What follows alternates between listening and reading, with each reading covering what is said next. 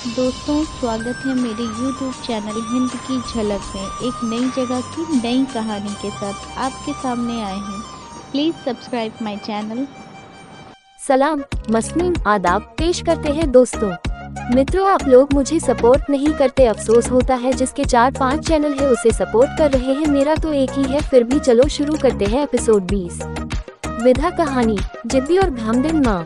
चारों तरफ से छोटे अंडस को छोटे घर बने हैं, बीच में तुलसी का पेड़, और सवेरे उठते ही पूरी सोसाइटी की लड़कियां तुलसी की पूजा करने आ जाया करती थी। साथ में लता भी आती थी। लता और अमर के घर के किवाड़ आमने सामने थे। सामने बैठ के पूरा दीदार हो जाया करता था। दोनों एक दूसरे को बचपन से जानते थे। जब भी लता आरती करती तो अमर अवश्य आता था। बोलता वह लता, वह एकदम मंगेशकर मुस्कुरा कर। वह धक बोलती, बस अपने अंडस को अपने कामों में जुट जाते। दोनों स्कूल और घर ट्यूशन, जिंदगी की तेज रफ्तार बढ़ती गई। दोनों एक दूसरे का ख्याल करते थे, इज्जत भी बहुत करते थे। बचपन की सीढ़ी पार होते ही किशोरा अवस्था आ गई। पता ही नहीं चला कब दोस्ती प्यार में बदल गई। स्कूल से साथ में आते थे। धीरे अंडस को धीरे एक दूसरे का मौजूद होना एक एहसास बन चुका था। अमर को बारिश के पानी में भीगने से बुखार आता था। ये बात लता जानती थी, इसलिए लता ख्याल रखती। एक दिन अचानक से बारिश हुई। लता ने स्कूल की वापसी में अपना रेनकोट अमर को दे दिया। खुद भीगते हुए आई थी। उस दिन लता को बुखार भी आया, बहुत तेज। जब अमर को मालूम हुआ तो वह नाराज होते हुए बोला कि तुमको मालूम था तुम बीमार हो जाओगी तो मुझे क्यों दिया था अपना रेनकोट, बस क्रेडिट लेती रहती हो। ये सुन के लता के आंख में आंसू आ गए। लता ने अमर की आंख पर पट्टी बांधी और बताना शुरू किया कि क्यों किसी को इतना फर्क पड़ता कि तुमको हर जगह स्कूल हो या घर वो बचाती है। क्यों सामने से तुम समझ नहीं पाते हो, मूर्ख हो एकदम। इतना कहना था कि अमर सब समझ गया। आंख से पट्टी खोली और गले लगाया। उस दिन से सब कुछ बदल गया था। सब कुछ अच्छा लगने लगा था। जीवन में हरियाली मानो आ गई हो दोनों के। 12वीं पास किया दोनों लोग। घर से विश्वविद्यालय का सफर तय किया। अमर और लता एक साथ बड़े हुए थे। घर वालों ने साथ हॉस्टल में रहने की अनुमति दे दी। दोनों अपनी अंडस को अपनी मंजिल की तरफ चल दिए।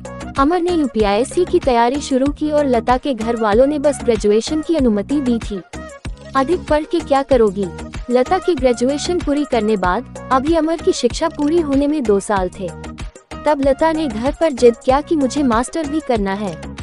खैर, माँ बाबूजी सभी लोग ने 2 साल की इजाजत दे दिया। सब कुछ ठीक चल रहा था वक्त के हिसाब से, और अमर लता बहुत खुश थी।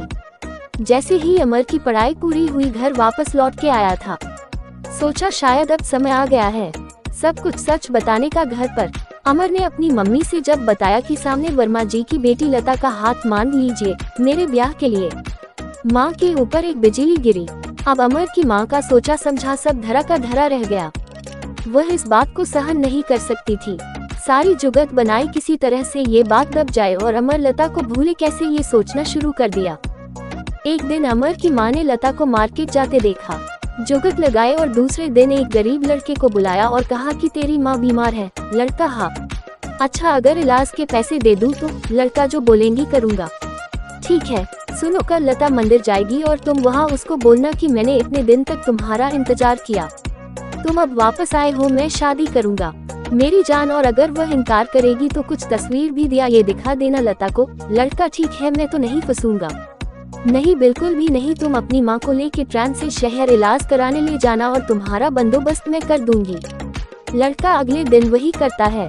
लता मंदिर गई कि कुछ देर बाद ही अमर की माँ भी बोली कि अमर बेटा, मैंने मन्नत मानी थी, सब कुशल मंगल हुआ तो मंदिर दर्शन को जाऊंगी, मगर लला तू भी साथ चल। वह जो चाहती थी वही हुआ।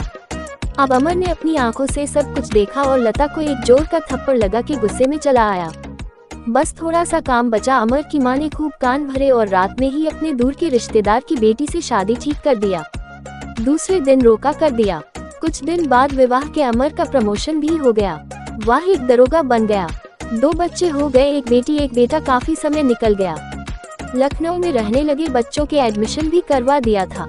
लखनऊ के सरकारी अस्पताल के सामने एक दिन देखा वह लड़का रोड के किनारे लेटा था।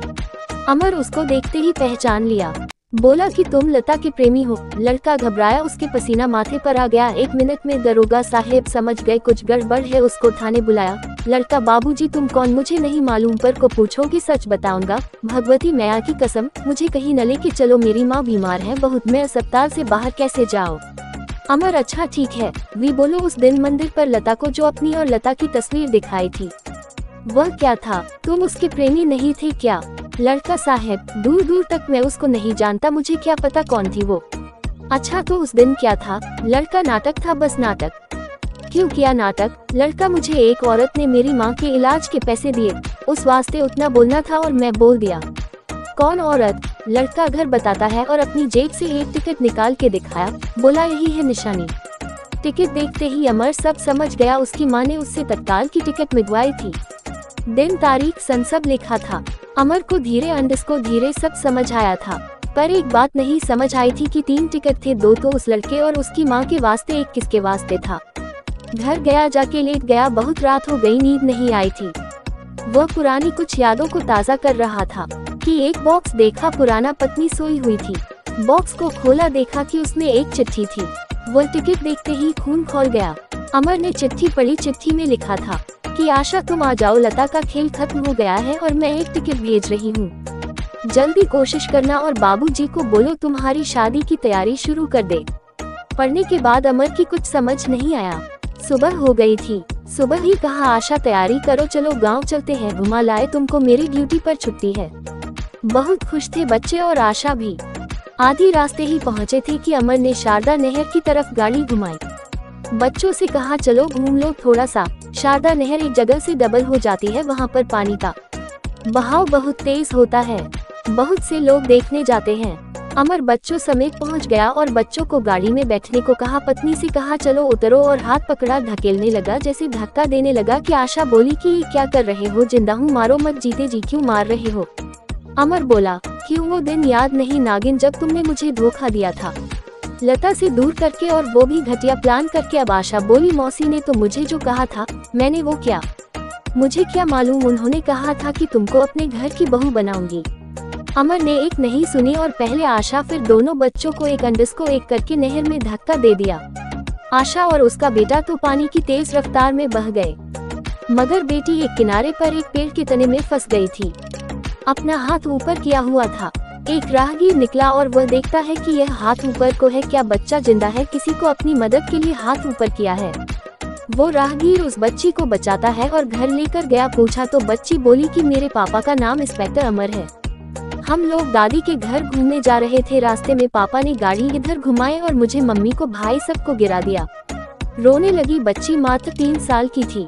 उसे कुछ नहीं मालूम था, बस ये कि वही एक दरोगा की बेटी है।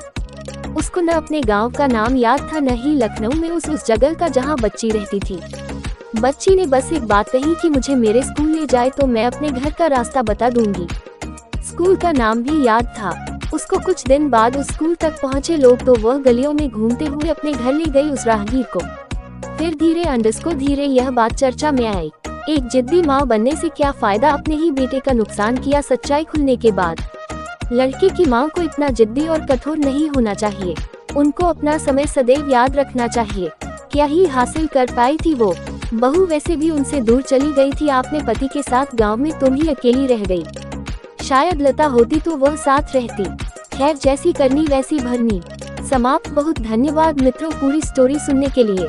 आशा करते हैं कि पसंद अवश्य आएगी। आप लोग अपनी राय कमेंट बॉक्स में अवश्य बताया करें।